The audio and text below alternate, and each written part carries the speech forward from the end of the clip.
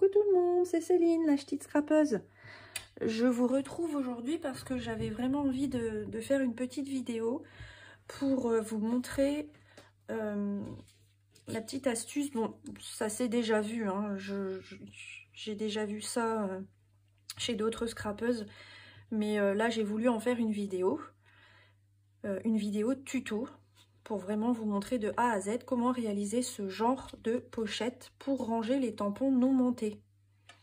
Pour éviter que les tampons se retrouvent comme ça, dans une boîte, tout mélangé. Bon, voilà.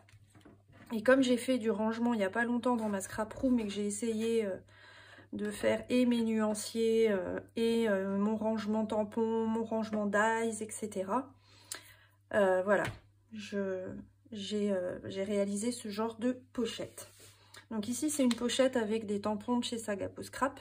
Alors j'essaye autant que possible, maintenant c'est pas toujours le cas, mais j'essaye autant que possible de les ranger un peu par thème, évidemment, hein. Et donc ça se présente comme ceci. Voilà, donc vous avez tous les tampons qui sont présents sur la couverture, collés sur une feuille d'acétate, de rhodoïde aussi, on entend des fois parler de rhodoïde. Ben voilà, c'est ce genre de plastique assez souple qui est utilisé notamment pour les dossiers reliés avec des spirales, ce genre de choses, hein, pour éviter d'abîmer justement la couverture et l'arrière du dossier. Voilà, et également pour les rétroprojecteurs. Voilà. Je vous montre maintenant le matériel dont vous aurez besoin pour réaliser ce genre de pochette. C'est parti. Alors, première chose, il vous faudra du papier. Du papier d'imprimante, voilà, papier basique. Un bloc acrylique, de la Versafine. Un petit outil perforatrice d'angle pour arrondir les angles, notamment de l'acétate. Des pochettes de plastification. Ici, je les achète à Action. Des feuilles de rhodoïde. Donc là, ça vient de Amazon. C'est la marque Fellows. Vous aurez besoin également d'un coupe-papier.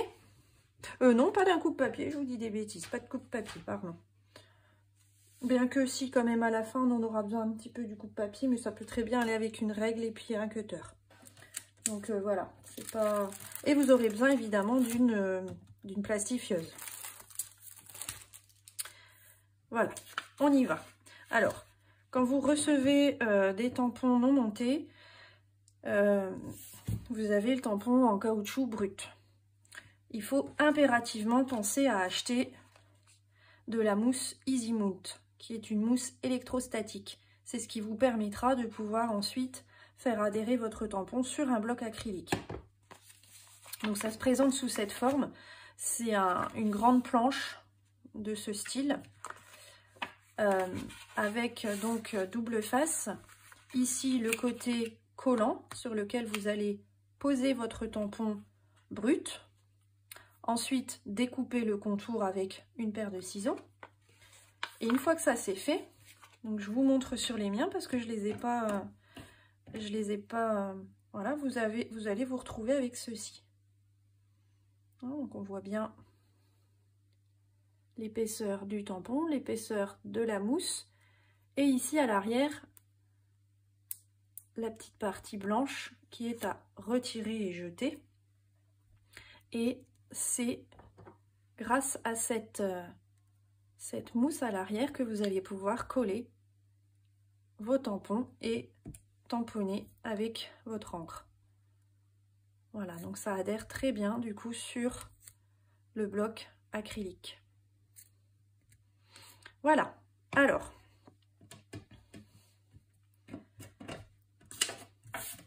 pour commencer, on va prendre notre feuille. papier d'imprimante basique qu'on va plier en deux. Voilà.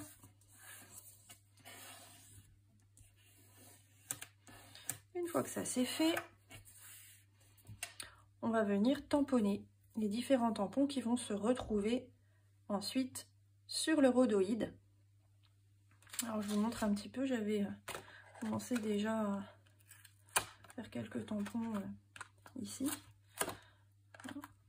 sur le rhodoïde, mais je l'avais pas coupé à la bonne taille, c'était une chute, donc du coup voilà.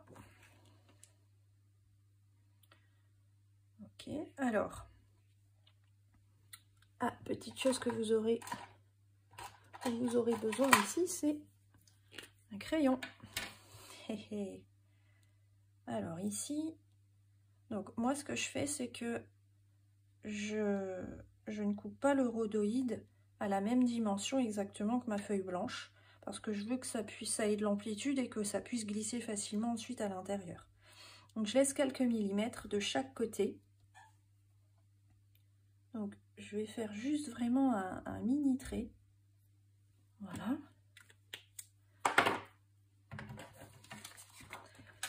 Et je vais couper au coupe-papier. Voilà, je savais que j'avais besoin de ce coupe-papier à un moment ou à un autre, mais voilà. Je coupe donc ce morceau de rhodoïde. Tout de suite, ce que je fais aussi, c'est que j'arrondis les angles.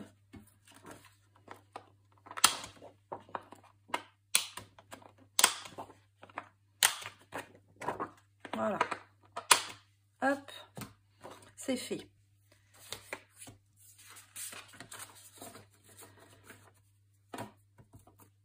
Voilà. Ben, c'est parfait tout ça.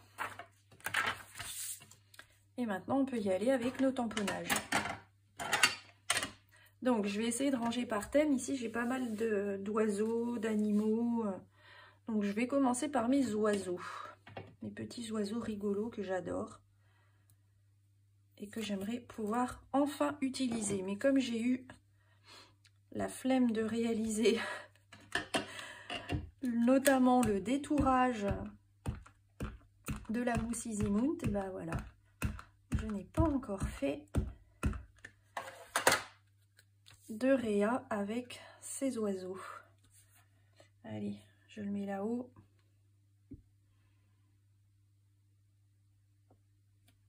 Hop.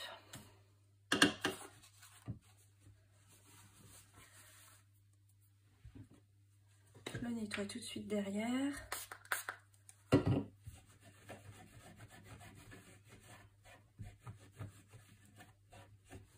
Et du coup, mon tampon, je viens le mettre ici, ce sera sa place. Je passe aux autres osios.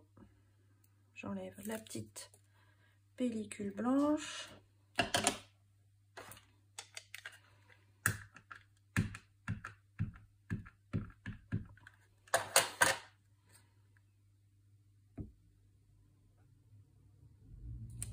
Voilà. Je nettoie.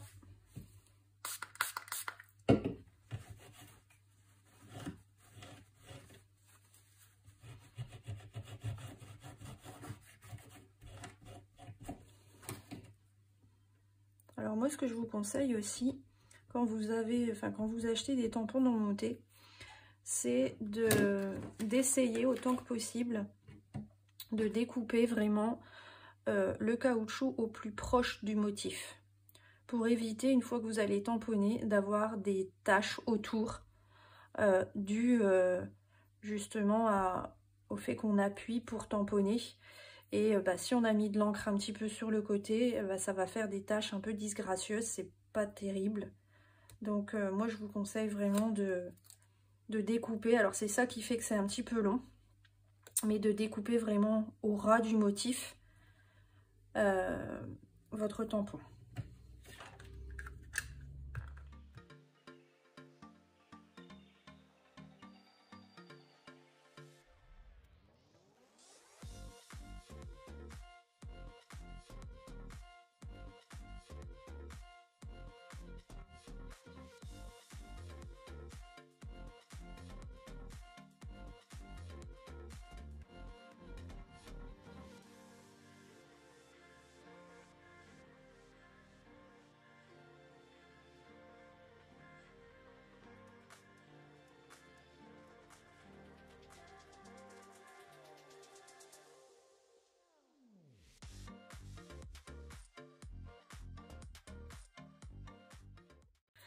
Voilà, alors maintenant, qu'est-ce que je fais?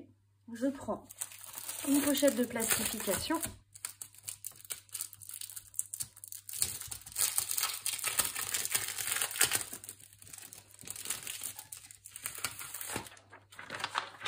Voilà. Là, je mets tout simplement le bas de ma feuille du côté fermé de ma pochette de plastification, de façon à ce que ça puisse fermer le bas de la pochette. Le haut, on s'en occupera après. Voilà. Je prends ma plastifieuse. Donc là, elle est bien chaude. Je vais la mettre comme ça, pour que vous puissiez voir quand même. Voilà. Je passe ma pochette dedans.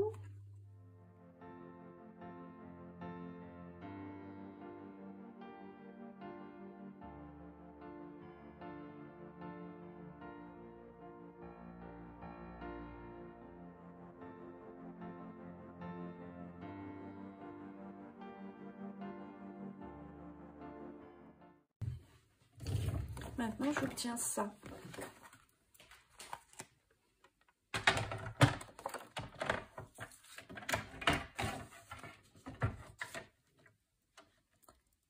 Ici, je vais venir couper, mais je ne vais pas couper que la partie pochette à plastifier. Je vais couper aussi un petit peu ici de ma feuille blanche pour créer l'ouverture par laquelle je vais ensuite venir passer mon rhodoïde avec mes tampons.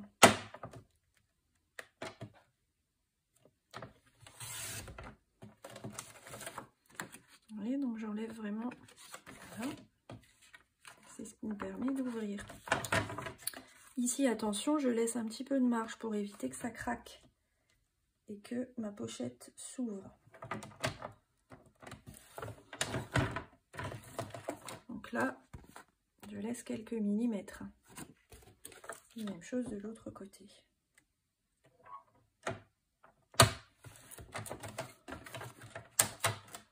Voilà, pareil.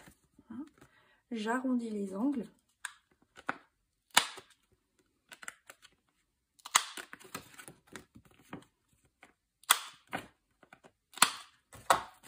Voilà.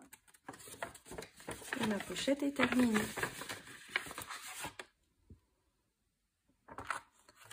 Maintenant,